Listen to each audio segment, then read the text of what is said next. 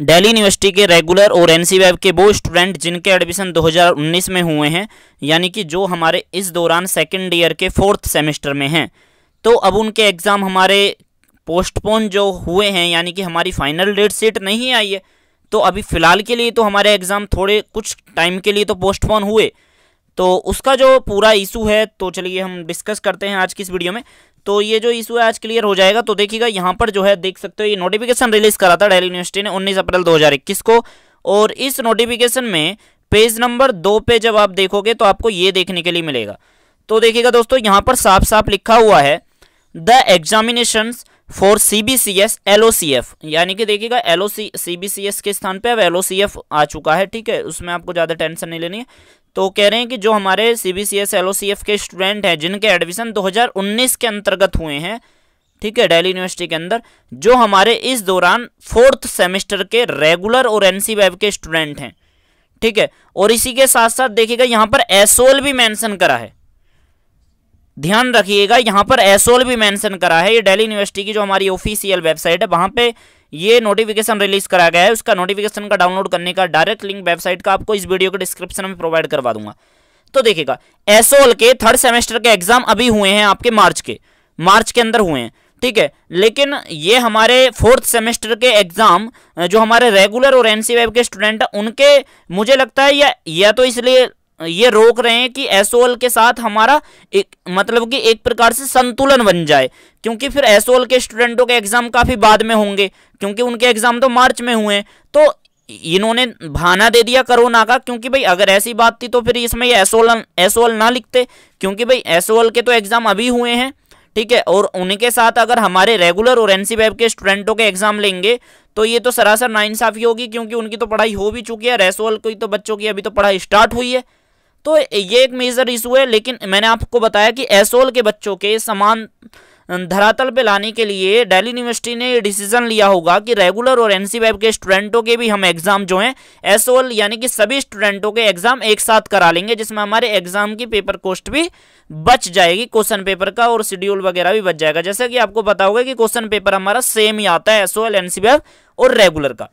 ठीक है। तो आई होप कि आप ये वाला पॉइंट तो समझ गए, ठीक है, कि इसमें साफ साफ लिख रखा है कि रेगुलर एनसीवेब एसओएल जिनके एडमिशन 2019 में हुए हैं और इस दौरान वो 4th सेमेस्टर में हैं, और आप जो है, या मैं यूं कहूं इसेंशियल रिपीट का ईआर का पेपर देना चाहते हो अब, ठीक है, यानी कि 2nd सेमेस्टर का ईआर का पेपर, या इम्प्रूवमेंट का, या एक्स स्टूडेंट हो आप 2nd सेमेस्टर में, तो आपके बारे में यहाँ पर कहा गया है कि प्रचलित कोविड-19 महामारी का आकलन करने के बाद ही उचित समय पर निर्णय लिया जाएगा। 4th सेमेस्टर के वो स्टूडेंट जो 2019 में जिनका एडमिशन हुआ है, चाहे रेगुलर एनसीवेब हो या एसओएल के स्टूडेंट हो, ठीक है, तो 4th सेमेस्टर के स्टूडेंटों के लिए डायरेक्टली यहाँ पर इन्होंने ये मेंशन करा है, यानी कि अभी फिलहाल में आपके एग्जाम अभी नहीं हो रहे हैं, क्योंकि यहाँ पर साफ साफ लिख दिया है कि जो हमारा कोविड-19 पैंडेमिक है, प्रचलित कोविड-19 महामारी का पूरी तरह से जब हम आकलन कर लेंगे, उसे निरीक्षण कर लेंगे, उसके बाद ही उचित समय में निर्णय लिया जाएगा। लेकिन दोस्तों, ये इनका कहना हो सकता है मतलब कि सरासर मुझे लग रहा है गलत भी हो, क्योंकि फिर मैंने आपको बताया ना कि इनकी जो फीस वाला जो मामला है वो यहाँ पर अटक जाएगा, इन्हें पैसे फालतू देने पड़ जाएंगे, क्योंकि एसओएल वाले बच्चों के साथ रेगुलर एनसीवेब को साथ ये अटैच करेंगे। जहां तक है, आप मुझे बताओ कि आप इस पॉइंट से सहमत हुए हो कि जो मैंने आपको यहाँ पर बताया कि ये रेगुलर एनसीवेब के स्टूडेंटों का एग्जाम जो है एसओएल के साथ कराना चाहते हैं, और एसओएल के 3rd सेमेस्टर के एग्जाम जो है हमारे मार्च में हुए हैं, अब उनकी भाई पढ़ाई स्टार्ट होगी, ठीक है, यानी कि पढ़ाई तो स्टार्ट हो चुकी है एसओएल वालों की, फिर उसके उन्हें थोड़ा सा कम टाइम देंगे और फिर हमें लपेट देंगे कि चलो रेगुलर और एनसीवेब वालों को भी एसओएल वालों के साथ पेपर देने। तो आप बताइए यार कमेंट बॉक्स में, ये इनका डिसीजन अच्छा लगा आपको या बुरा लगा, ठीक है। आई होप कि आप यहां तक तो समझ गए, ठीक है। लेकिन एक मुद्दा और समझिए, ठीक है, वो तो हमने पिछली वीडियो बना दी थी आपके लिए वैसे, तो ये है आपका एग्जामिनेशन पोर्टल दिल्ली यूनिवर्सिटी का, ठीक है। तो आपको देखने के लिए मिला होगा कि दिल्ली यूनिवर्सिटी ने अपनी टेंटेटिव डेट शीट रिलीज कर दी है जिनका एडमिशन 2019 में हुआ। तो फिर भाई बच्चों को ये कंफ्यूज करने की दिल्ली यूनिवर्सिटी को क्या जरूरत थी कि टेंटेटिव डेट शीट रिलीज कर दो आप, ठीक है। चलो मान के भी चल लेते हैं यार कि टेंटेटिव डेट शीट रिलीज करना वो टेंटेटिव ही है, शब्द में जैसे टेंटेटिव लिखा हो, लेकिन स्टूडेंट तो कंफ्यूज हो गए ना, मिसगाइड कर दिया आपने। तो यहाँ पर देख सकते हो साफ साफ लिखा हुआ है कि सीबीसीएस के अंतर्गत जो एडमिशन 2019 में हुए उनकी डेट शीट यहाँ पर दी गई है, ठीक है। और यहाँ पर देख सकते हो सारे हमारे सेकंड ईयर के 4th सेमेस्टर की डेट शीट है। और मैं अगर आपको बीए प्रोग्राम की डेट शीट डाउनलोड भी करके दिखा दूं तो ये देखिएगा, ठीक है, और ये डाउनलोड हो जाएगी। तो यहाँ पर भी लिखा हुआ है, लेकिन जो हमारी मतलब कि परसों हमारी फाइनल डेट शीट जो आई है 23-24 तारीख को, तो उसमें देखने के लिए मिलेगा 2019 के एडमिशन कहीं नहीं लिखा हुआ है, ठीक है। और तो यहाँ पर आप देख सकते हो लिखा हुआ है जो सेमेस्टर स्कीम 2019 के अंतर्गत एडमिशन लिए हैं जो स्टूडेंट, उनके एग्जाम होंगे। तो टेंटेटिव डेट शीट में इन्होंने ये लिख दिया था, लेकिन जो हमारी फाइनल डेट शीट आई तो उसमें तो 2019 का कहीं नामो निशान नहीं देखने के लिए मिला। तो पूरा अर्थ है, निष्कर्ष यार ये निकलता है इस पूरी कहानी का, मतलब कि जो भी मैंने आपको ये स्पीच दी